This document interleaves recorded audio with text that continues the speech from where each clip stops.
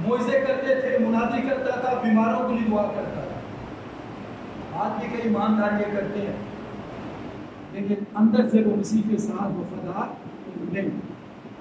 یہونا باپ اس کا 21 اور اس کی 3 آیت، خداوند یسوع مسیح نے اپنے آپ کو ان پر زندہ ظاہر کیا۔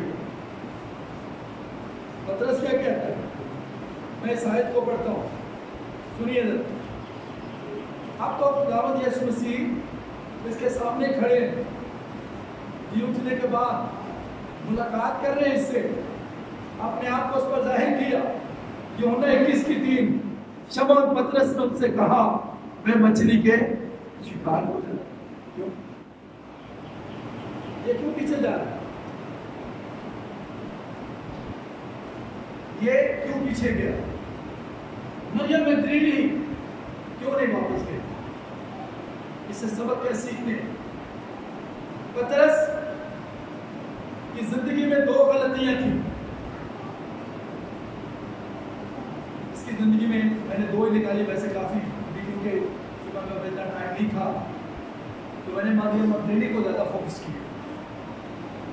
نمبر 1، یہ جال اور کشتی چھوڑ کر آئے۔ میں جب تبدیل ہوا تو اسی دن مجھے ڈرامے میں ایک بڑی سیریل ملی، ایک لمبا رول کرنے۔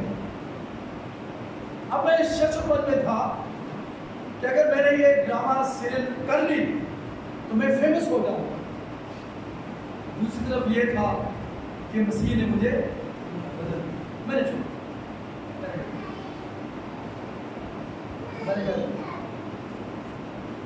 یہ جال اور کشتی چھوڑ دیا۔ اگر یہ جال اور کشتی کو ختم کر کے آتا تو کیا یہ واپس جاتا؟ آپ جب یسوع مسیح میں آئے آپ نے کیا چھوڑا؟ اگر آج بھی آپ دعا نہیں کرتے، اگر آج بھی آپ کلام نہیں پڑھ رہے، اگر آج بھی آپ خدا کے پیسے میں دیانتدار نہیں ہیں تو آپ بدلے میں نہیں ہیں، آپ ریاکاری کر رہے ہیں۔ ثابت کریں اپنی زندگی سے آپ تبدیل شو۔ دوسری غلطی، دعا نہیں کرتا تھا۔ یہاں بھی کئی سوئے ہوتے ہیں، نائٹ میٹنگ کریں، کچھ لوگ بیچ میں سو رہے ہوتے ہیں، ان کی باتیں آ رہی سو رہے ہوتے ہیں۔ پترس سو جاتا تھا دعا میں۔ یسوع مسیح نے کہا پترس تو بڑے بڑے وعدے کرتا تھا، کیا تو میرے ساتھ ایک گھڑی بھی نہیں جاگ سکا؟ اٹھ کر دعا کر۔ اس کی زندگی میں دعا نہیں۔ آج بھی جس ایماندار کی زندگی میں دعا نہیں ہے وہ مسیح کے ساتھ نہیں چل سکتا۔ شیطان اگر آپ کو کسی کام سے روکے گا تو وہ دعا۔ جہاں دعا یا میٹنگ کی بات ہوگی پتلی گلی سے لوگ نکل جائیں گے، بھاگتے ہیں دعا سے، لیکن جو مسیح میں جڑا ہوگا وہ کبھی دعا سے نہیں۔ پترس کی 2 کمزوریاں، مریم مگدلینی کی زندگی کی کامیابی کی بات۔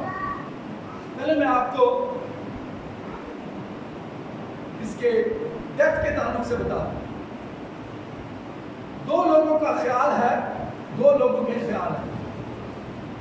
ایک لوگوں کا خیال ہے کہ فرانس میں غار ہے جس میں مریم مگدلینی، لازر، قسم مریم 30 سال انہوں نے اس غار میں گزارے اور وہی ان کی لاشیں میں بنی۔ یہ کچھ لوگوں کا خیال ہے، لیکن جو مشرقی لوگ ہیں ان کا یہ خیال ہے کہ یہ افسس میں چلے گئے۔ افسس جو اس وقت موجودہ ترکی، یہ ترکی میں چلے گئے اور اس کے ساتھ شاگرد بھی تھے، اور وہیں ان کی ڈیتھ ہوئی اور وہاں انہوں نے اپنی زندگی کے باقی سال گزارے۔ اب 7 بدروں سے کیا مراد ہے؟ جب ہم 7 بدروں سنتے ہیں تو ہم سمجھتے ہیں کہ کہ مریم مگدلینی کے اندر 7 شیطان تھے. نہیں عزیزو، اس کے اندر 7 بدرویں نہیں تھی، بلکہ اس میں 7 گناہ تھے. یسوع مسیح نے 7 بدرویں نہیں 7 گناہ نکالے تھے اس کے اندر سے. پہلا گناہ اس کے اندر کیا تھا؟ یہ مغرور تھی،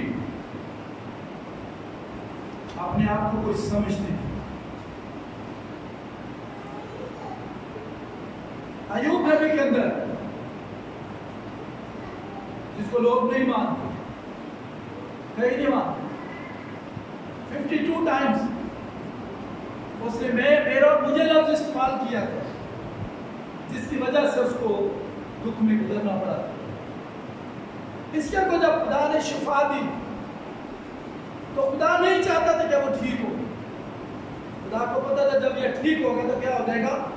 مغرور ہو جائے گا، اور غرور کی وجہ سے اس کو دکھ اٹھانا پڑا. سو مریم مگدلینی کے اندر پہلا جو گناہ تھا وہ مغرور تھی، اپنے آپ کو کچھ سمجھتی تھی. آج کسی پہ حسن ہو تو اس کے پاؤں زمین پہ نہیں ٹکتے، وہ سمجھتی کچھ اپنے آپ کا. وہ انسان ہو، مرد ہو یا عورت. دوسری بات، پیسے کی بڑی لالچی تھی، اس لیے اس نے پیسوں سے مسیح کی خدمت کرنی شروع کر دی. لالچی تھی بہت. یہ پھر کھانے کے بڑے چکروں میں رہتی تھی. آج بھی کئی لوگ کھانے کے بڑے بہت دیوانے ہیں. بائبل کہتی ہے جب تیرے سامنے کسی گھر میں بیٹھا ہو، کھانا رکھا تو کیا کر؟ کیا کر؟ کیا لکھا ہے؟ چھری رکھ دے. شادی بیاہوں میں دیکھیں ایمانداروں ٹیبل کے نیچے ڈالتے ہیں، واپس جاتے ہوئے ٹیبل کے نیچے رکھتے. 2 بندے ٹیبل بیٹھے ہو کے 10 روٹی اٹھا لیں، ایسے نظریں جائیں گی، چکن کتنے بھائی، لتا کتنے بھائی، فلاں سارا بڑھ لیں گے، کھایا جائے گا. لالچی، یہ لالچی تھی بہت کھانے پینے کی. تیسرا گناہ، مہنگی چیزیں پہنتی تھی. یہ بہت پراؤڈ تھی. یہ آج بھی کئی لوگ برانڈ پہنا، میں نے برانڈ، لوگ تو لے گئے برانڈ، سمجھتے ہیں کچھ اپنے آپ. یہ بھی اس میں تیسرا. چوتھا اس میں گناہ تھا کہ یہ مہنگی چیزیں پہننا پسند کرتی تھی. 5واں، یہ کسی کو کچھ سمجھتے نہیں، حسد بہت کرتی تھی دوسروں. حسد نہیں کرنا چاہیے. آپ کو یاد ہوگا جب عورتوں نے گیت گایا، کس کے لیے؟ داؤد کے لیے، کہ ساؤل نے تو ہزاروں کو، داؤد نے تو لکھا ہے ساؤل کو یہ بات بری مانی. حسد آ گیا اس میں. آج بھی کئی دفعہ ایماندار ایک دوسرے کو حسد کی نگاہ سے دیکھتے. حسد نہیں کرنا چاہیے. اس میں یہ بھی تھا کہ یہ دوسروں سے جیلس ہوتی تھی. جب کسی کو دیکھتے ایسے کوئی ایسا جیلس کرتی تھی. یہ بھی اس میں گناہ. اور 7واں گناہ اس میں یہ تھا کہ کسی کی پرواہ نہیں کرتی تھی، میں جو بھی ہوں.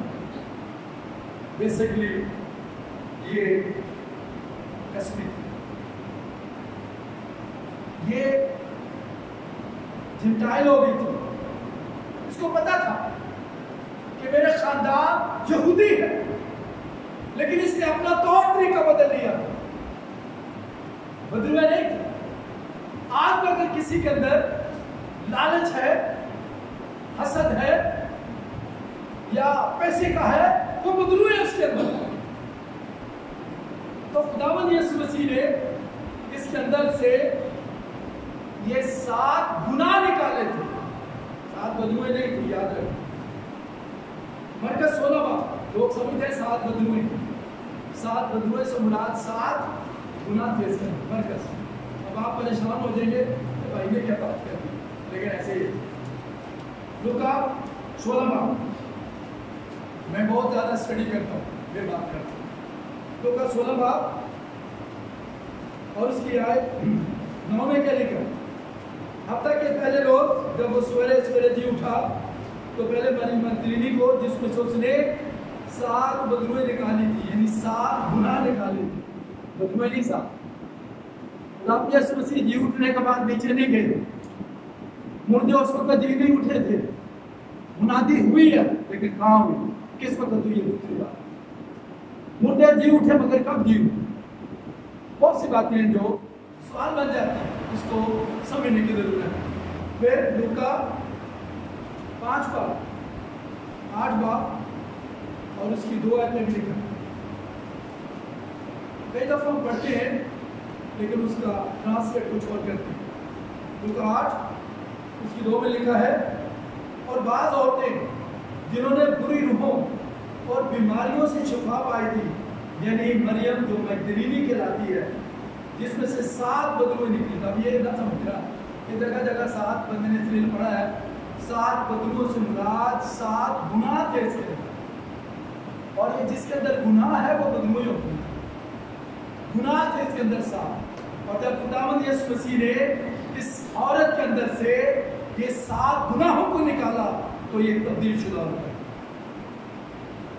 تو ہمیں بھی ضرورت ہے آج ان دونوں کریکٹروں میں دیکھنے کی۔ میں کہوں کیا پطرس کی طرح جوشیلہ ایماندار ہوں یا مریم مگدلینی کی طرح تبدیل شدہ ہوں؟ مریم مگدلینی نے کیا کیا تھا؟ اس کی تبدیلی کی، میں نے آپ کو یہ 2 باتیں بتانی تھی۔ پہلی بات، اس نے دنیاوی چیزوں کو ترک کیا، یعنی واپسی کا راستہ بند کیا۔ یہ عطر دان لائی تھی، اور عطر دان جو ہے وہ یہودی لڑکیاں اپنے ہونے والے شوہر کے لیے اس کو عطر جمع کرتی ہیں۔ جب شادی ہوتی ہے، شادی والے دن اپنے شوہر کو پیش کرتی ہیں۔ سو مریم مگدلینی نے اس عطر دان کو کیا کیا تھا؟ توڑ دیا، اس نے پیچھے کا راستہ بند کر دیا۔ دوسری بات، اپنا وقت اور اپنا پیسہ اس نے یسوع کے لیے وقت کرنا شروع کر دیا، اور دکھاوے کی زندگی اس نے ختم کر دی۔ خداوند ہمیں اس کلام کو سمجھنے اور اس پر عمل کرنے کا سبب۔ آئیے دونوں کریکٹروں میں سے دیکھیں، آپ کہاں کھڑے ہیں، پطرس یا مریم مگدلینی کی جگہ؟